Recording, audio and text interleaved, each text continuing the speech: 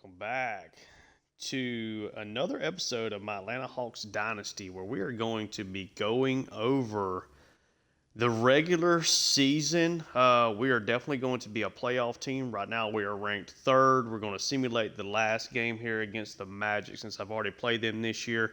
See where we end up being seeded heading into the playoffs. We're going to go over MVPs and All Pros and all that, but kind of want to set it up before we head into the playoffs and kind of take a look at where the team is, what I'm thinking as far as the postseason, and just hopefully it's a successful postseason. Regardless, this has been a very successful season for the team.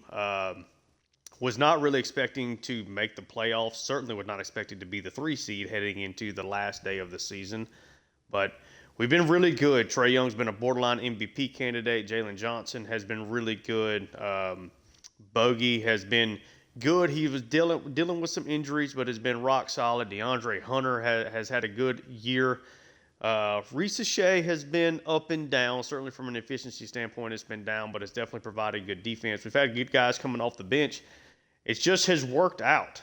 We've been really, really good this year. I mean, we really have. You see at the top right, we're 6th ranked right now in the power rankings, 3rd in the conference, and we will simulate here through this game. And it is a win, so that should give us the 3 seed. And here we are starting things off with your MVP award, which goes to Luka Doncic. 33 points, 11 rebounds, almost had a triple-double there on elite efficiency. Our Rookie of the Year is Zachary Recep. Shout out to him, just to kind of ignore the bad field goal percentage there. Did shoot pretty solidly from 3, but the free throw line and the rest of the field goals definitely got to go up. But thought he played really good defense. I thought played pretty well there towards the end of the last couple of games. And I think he's got a shot to be a really good player for us in the future. 6th Man of the Year goes to Amen Thompson from the Houston Rockets. Really good from the field. Free throw could be better. 3-point percentage is obviously terrible, but 12, 7, 6, and almost 2 steals a game is really solid coming off the bench. So congrats to him. There's Wemby, of course, the Defensive Player of the Year. I would imagine he will win this pretty much every season of the franchise. An outstanding sophomore campaign for him. Really good free throw shooter. 3-point percentage was in a solid enough spot, especially for a big man. Most improved is Amen Thompson again. So ended up getting the double awards there. Congrats to him. Clutch Player of the Year, Shai Gilgeous-Alexander, excuse me about that. Elite scoring, good rebounds, good assists, elite efficiency, great shooting overall. Just didn't have quite the triple-double effect that Luka did. Coach of the Year is going to be Jason Kidd for the Mavericks, 66 and 16, outstanding year for them. They are 1st in the conference, and Executive of the Year goes to Jordan Hobson from the Orlando Magic as well. Now as we advance, All-NBA First Team goes to Luka, Giannis, Shai, Wemby, and Nikola Jokic. I don't think any of that is necessarily surprising. These are 5 of the 9 to 10 at worst best players in the world. So nothing about this is shocking at all. 2nd team goes to Trae Young. So great for him, giving us a top-end guy here for us. And this is his first 2nd-team All-NBA. Did have a 3rd-team All-NBA in 2022. We'll go over all of his stats, but Trae, outstanding season. I mean, I really think that if you listed out the MVP candidates and where they finished, I would bet he would have been a top 6 or 7 guy. I mean, really leading a team that's not that good on paper, leading them to the 3 seed in the Eastern Conference. I mean, he really put the team on his back. Tyrese Halliburton along with him there. Anthony Davis, Jalen Brunson, and LaMelo Ball make up the 2nd team. So 4 guards there, and then along with Anthony Davis, all really good basketball players. LaMelo is the only non-90-plus overall player that we have seen so far. And the 3rd team, Bam Adebayo, John Morant with a good season. Damian Lillard is dealing with some kind of injury, a pinched nerve in the back. Essentially, he is going to miss the playoffs, out 4 to 6 weeks up there at the top. Jason Tatum, of course, outstanding player. and Domantas Sabonis. That's your All NBA third team. So all defensive team, of course, you got Wemby, Giannis, Bam, Anthony Davis, and Evan Mobley, who has really developed. Really wanted the Hawks to get him back in the day. Obviously, did not work out. We were not drafting that high, but has really developed into a really, really good defensive player for the Cavs. Second team, Nicholas Claxton. Shout out to the Georgia Bulldogs, of course. Robert Williams, always a good defender. Naz Reid, Chet Holmgren, and Ausar Thompson, a 22-year-old making the second team all defense. Just out of curiosity, let's take a look at his stats. Where are they? So just 10 points, but he had over eight rebounds a game, over 1.5 steals, and over a block a game. Actually had a really strong season, just did not shoot the ball a whole lot. But his efficiencies outside of the three-point shooting were very, very good. So it's nice to see that from him. All-rookie first team, of course, Zachary Recep makes it, Robert Dillingham, Alexander Sarr, Reed Shepard, and Zach Edey. Would not surprise me if this is what the group is in real life. After this season, let's take a look at some of their stats. So Dillingham went 10, a little over a rebound, just over 2 assists. Much better efficiency than what we got out of Recep, but without quite the impact. Sarr didn't play a whole ton. It didn't look like not asked to do a whole lot. Again, this was considered a weaker rookie class, especially on the high-end, top-end talent. Played a little under 20 minutes a game. Dillingham played 18.5, so that's where Recep played 27.5. Definitely was asked to do the most. Reed Shepard, rookie, obviously out of Kentucky. Was okay. Much more in line with Recep from an efficiency standpoint, though he was a good three-point shooter and a better free throw shooter. But anything inside the arc, he did not shoot particularly well on. And then Zach Edey, 51%, no threes made. Yeah, not really anything to write home about. And really only Cody Williams is the only other rookie, so not a whole lot of options there. So I guess we can just go ahead and kind of look over the stats of these guys. We saw Luka's stats earlier. Giannis just under 28 points a game, over 11 rebounds, 5 assists, over almost a steal and a half, and over a block and a half. Elite efficiency, of course. Shea, 35, 6.5, and 7. We saw his earlier. Victor, we saw his stats. Jokic just continues to be the man. Best player in the world.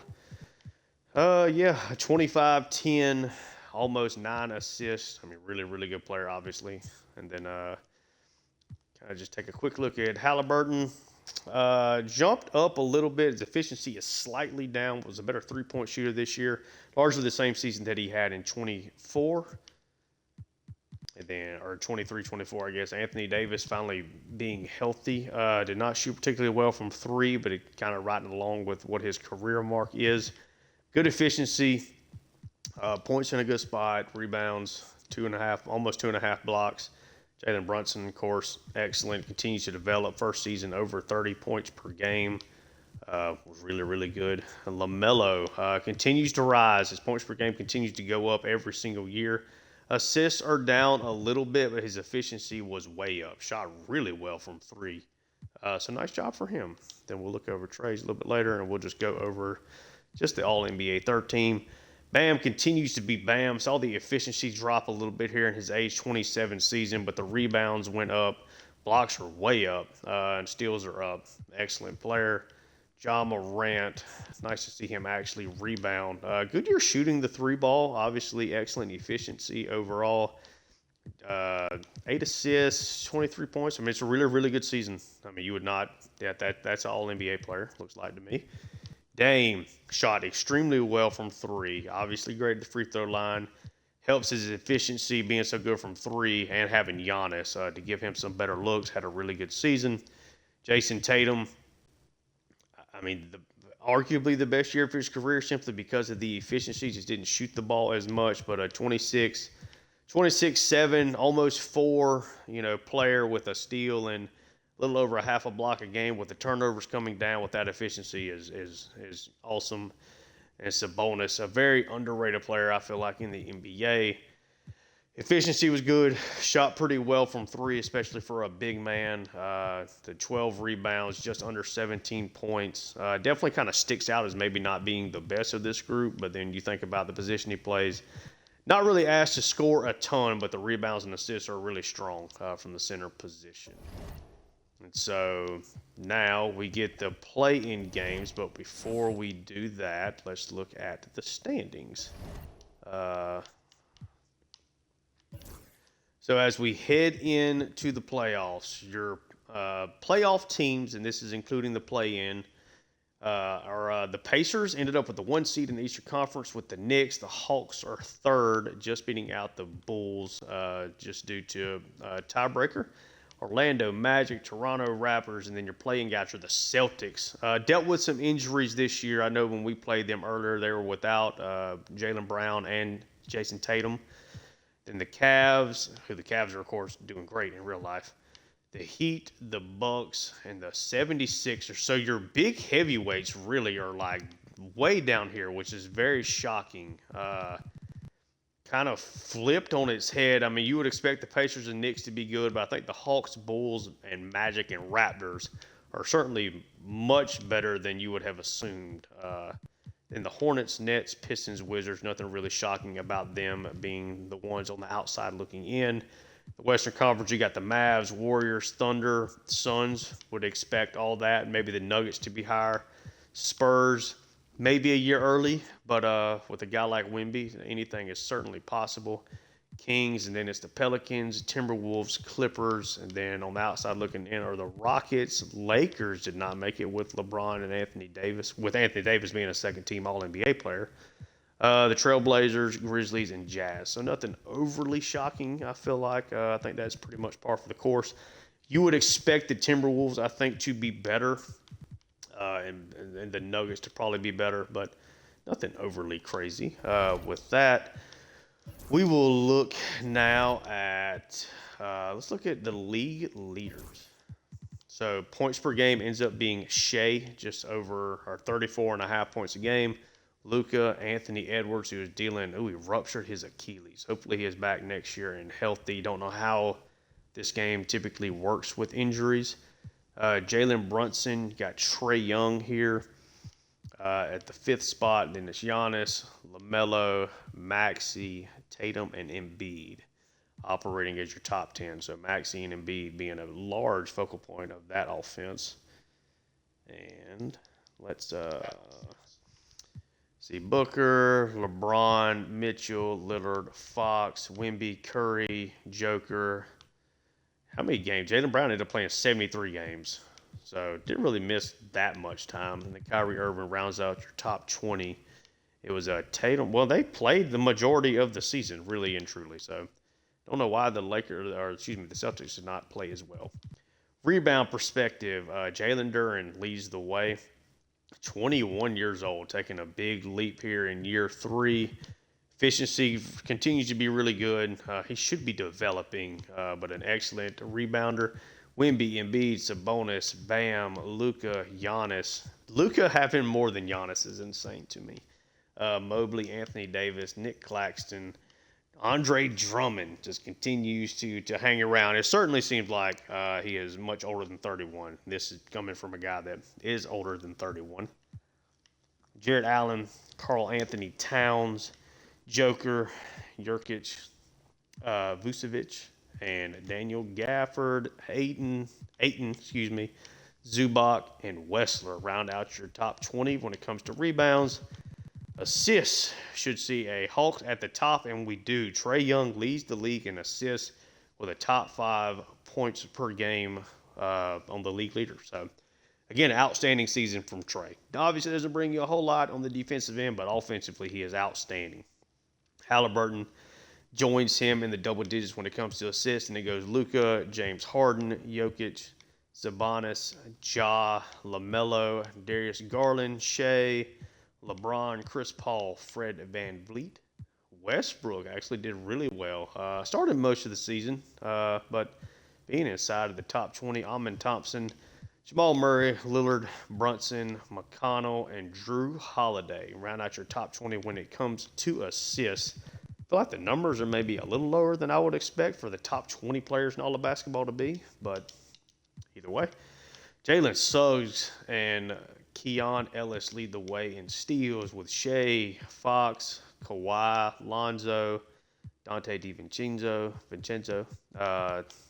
Ulcer Thompson, Wemby, Halliburton, Amen Thompson, Alex Caruso, Jimmy Butler, Donovan Mitchell, LaMelo, Bam, Drummond, Marcus Smart, Derek White, and DeJounte Murray leading. That's your top 20 guys in steals. And blocks will start from the bottom. Jakob Poeltl, Robert Williams, Mitchell Robinson, Jaren Jackson, Jackson Davis, Kristaps, Derek Lively, getting in there, 21 years old. Only started 30 games and is in the top 20. Giannis, Gafford, Miles Turner. Miles Turner is somebody I'm looking at this offseason, just an FYI. Isaac, Chet, Mobley, Bam, Embiid, Brook Lopez, Nicholas Claxton, Kessler, and Anthony Davis, and Wemby by far leads the way in blocks. Now, as we look just strictly at the Atlanta Hawks, things I'm really pleased about. Trey, of course, having another outstanding season. Jalen Johnson took another little step up, obviously a big step up again in efficiency. Second straight year he has done that. The rebounds are a little down, but the points are up. The assists are a little bit down. The steals are down. Blocks are roughly the same. But love the additional efficiency that I got from him. We signed him to the big extension, which is going to keep him now through 2028 in his age 27 season. I mean, obviously going to try to make him, just an absolute major part of this team going forward. And on a per 36 basis, he would really be starting to reach into that upper echelon as far as players, as long as his efficiencies and numbers kept up that same pace. DeAndre Hunter, really efficient. I mean, one of his best, the second best season of his career strictly on field goal percentage. The second best three-point percentage of his career and the best free throw percentage. Points are right in line. He is what he is. Did not start the entire season, but still put up a pretty good stat line. Rebounds a little down, assists a little down, but did exactly what we needed him to do. Good spot-up shooter, good mid-range. The minutes were just down. Everything else is largely exactly the same. Would have been his best season it is his best season on a per 36 basis, pretty much, or at least points per game. But a really good player. Bogey dealt with injuries and didn't shoot particularly elite from the field in general, but shooting over 40% from three-pointers when that's what we largely asked him to do. Really struggled at times on defense, especially in the last episode. Was really bad against the Heat, but gives us what we need. He's a sharpshooter, can be a playmaker for us, and is a very vital part to this team. Zachary Ricochet, number 1 overall pick. Counting stats look good. Efficiency does not. Not mad at all about the three-point percentage. Free throws could certainly be better.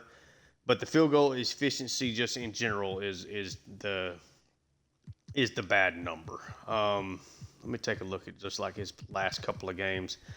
So efficiency's been very up and down for him. I would say it's maybe slightly better here towards the last end of the season, but still has got some really ugly numbers in there.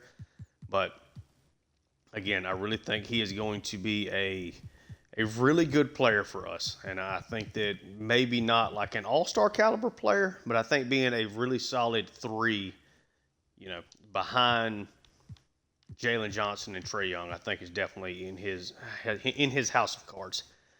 Okongwu is probably somebody that I need to really turn the table to, make him our starter. I'd like Okongwu coming off the bench because he kind of gives us a different look than Capella does. Provides some shooting ability. He's not a great post player. That's something I really would like to add to this team. I have no real post control options on this roster. So it leads to having to run a lot of pick and rolls or trying to set people up, the dribble, drive, pass out, which is the way that I like to run my team anyway and the way that I like to play. But having somebody that occasionally you can just throw the ball to in the post and just let him beat somebody, I think is something this team is definitely missing.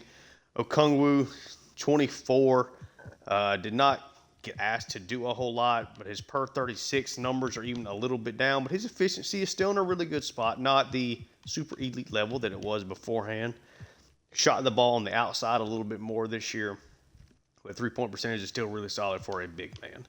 Capella, you know what you're getting. He's a banger, a lob city guy, a finish at the rim. Can't shoot a lick, and that really limits him on offense.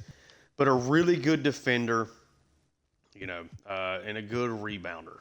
So he fits really well. We got over 2 blocks a game just between those two guys.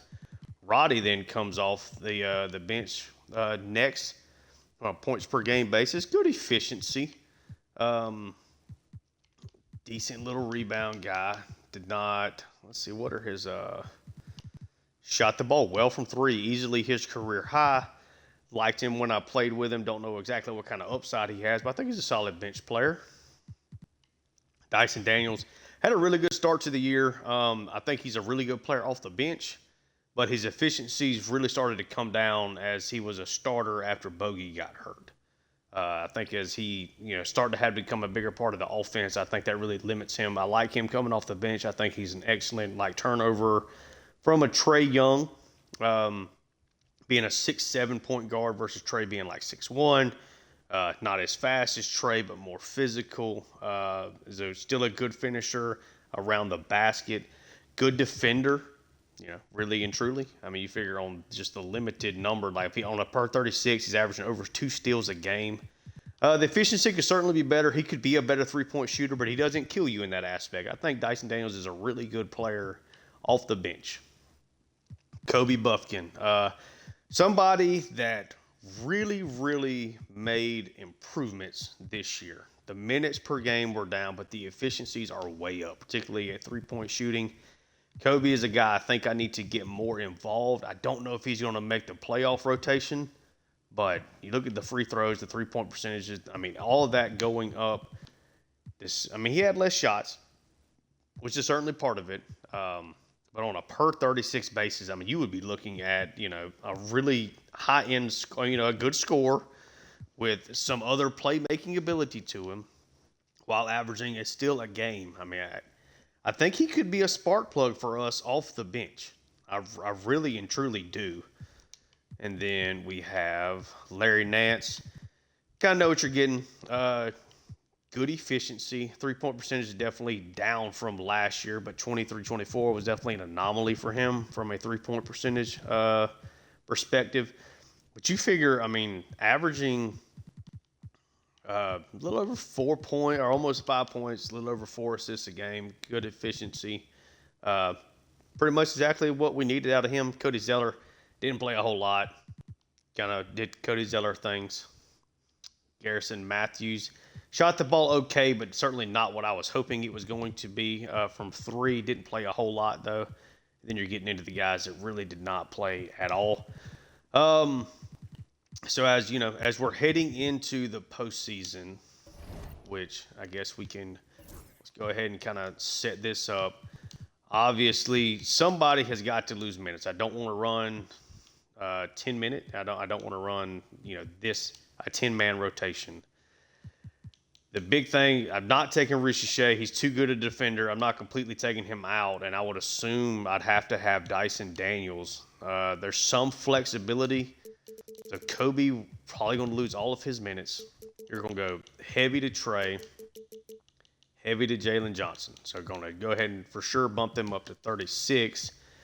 Capella, Okongwu, and Johnson. Hunter can play a little power forward, so you do have 4 guys there that can mix and match that spot a little bit. Still need Larry Nance to probably get something right. Let's just see what this looks like. If I took all of his minutes away and bumped Bogey up, bumped Hunter up, let's bump Recep, and Dyson Daniels up to 24 piece. That would be 30 to Okongwu, 29 to Capella, 36 to Jalen, 30 to Hunter, 30 to Bogey, and 36 to Trae. I think that I trust Daniels more than Buffkin. Obviously, he's played a lot more minutes, started for us for a lot during this season. think going to this 8-man rotation with point guard, a shooting guard, small forward, and then a power forward. It's really just a center combo guy there. But you can definitely get some, we can mix and match down low. I think this gives us a lot of versatility on offense. Like the starters, that gives me 4 people here that can shoot the 3. Off the bench, you got plus defense with some shot ability on the outside. Daniels can definitely operate an offense for sure off the bench. And there's probably not going to be many times that you're going to end up not having, these 4 guys on the court. So at any time, you should probably have a person or 2 that can really shoot the 3 ball. And that's a big part of what I like to do on offense. But I think this is the move that I want to go with for this year. Maybe another offseason for Kobe, puts him in a good spot. And if we're getting into a bind, I'm not feeling like the jive, I guess, that the team can really progress. But I think you have to go, your 2 stars have to be playing 35 plus minutes here in this situation. So I think this is going to be kind of the rotation that I'm at least looking at here to start off with. And now as we go to the playoff tree, let's play this play-in game. We'll just actually go ahead and simulate through it. So it will be the Kings took down the Pelicans, and the Timberwolves took down the Clippers. And on this side, as you see, we will be taking on the Raptors. We did have... we already made it all the way through. So, the Western Conference, we had the Clippers then beat the Pelicans. Did I mess that up earlier? Okay, so yeah. Your current seeding here for the Western Conference will be Dallas versus the Clippers, the Suns versus the Nuggets, Thunder versus Spurs, and Warriors versus Kings. On the other side, we had Cleveland take out Boston, and then the Bucks take out Miami there, and then Boston took out the Bucks. So in the Eastern Conference, it will be the Pacers versus the Celtics, Bulls versus Magic, Knicks versus Cleveland, and of course we're taking on Toronto. As we just strictly look at this, lineup versus lineup, have to like that. I think from 1 to 6, I think we certainly have them. Especially with a guy like Trey. We have the superstar. They have really good players. Scotty Barnes is borderline, a superstar. And then as let's say we go maybe to the 9-man, the 8-man, I think we're better than them. I think this is a series that even I could win, to be honest with you. So we will, not really sure exactly how they're going to set it up, but Emmanuel Quickly, we'll just take a look kind of at their stats, what they've got going on. So Quickly's had a good year. Has pretty much been right in line what he's been doing from efficiency perspective. Hasn't done quite as much scoring here as he did the previous year. And then Duncan Robinson, you know what you're getting with him. Good 3-ball. And been really efficient scorer and shooter. RJ Barrett had a really good season. His best efficiency. 3-pointers maybe a little bit down, but from the field he was excellent. Free throw line he was outstanding. Scotty Barnes took another step up from an efficiency perspective, but the scoring and everything is a little bit down. Per 36 basis, he's pretty much the same player that he was, just a little bit more efficient. Jakob Poeltl did Jakob Poeltl things. Didn't shoot the 3-ball, but was above 50%. So that's obviously a big drop on field goal percentage for him, but was solid. Bruce Brown, good year there off the bench. Grady Dick, obviously a lot of funny memes that come with him. Second year pro had definitely stepped up a little bit, did a little bit better in certain facets, a little bit down on the 3-ball though. Agbaji, definitely improved. Chris Boucher. So they are 7-3 over the last 10. We are 6-4. What were they? I may have missed this. So they're just overview. Doesn't show that. Okay, so let's go back to the standings. They went 41-41. I don't know what our record was directly against them. I don't know if I can even look that up now. I don't think I can. But that will be where we'll start. I'm debating kind of how to do this. So if you follow any of my series on my YouTube channel, I typically play one game at a time and I post it. I might try to do a little bit more editing, maybe try to get 2 games into a video. I've never done that, so it might end up being a little choppy. And I kind of want to get this out on the same schedule. For me to get it out on the same schedule, it's probably going to have to be one game at a time.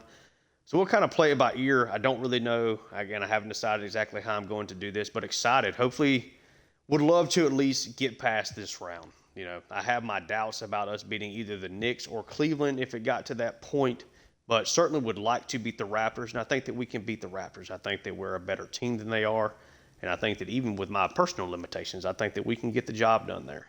So I think that's going to wrap it up. Don't really think there's anything else to cover. From a power ranking perspective, we ended up the regular season being ranked 6th, which is where we started this episode, of course. And yeah, I think that's just we're playing good basketball. It's just a matter of whether or not that we can get the job done now that we're in the playoffs. Certainly would like to at least get past this round, and then we'll go from there. But thank you guys so much for tuning in. I've been really enjoying getting back into 2K. It's been probably a decade since I've really have played this game consistently. So excited. YouTube gave me a really good opportunity to jump back into that and gotten a lot of good feedback on the series. And, you know, it's definitely been as successful as any other series that I've done. So thank you guys so much for tuning in. And if you enjoy the content, like and subscribe. Check out my Georgia Bulldogs and Tulane Green Wave Dynasties on College Football 25 if that tickles your fancy.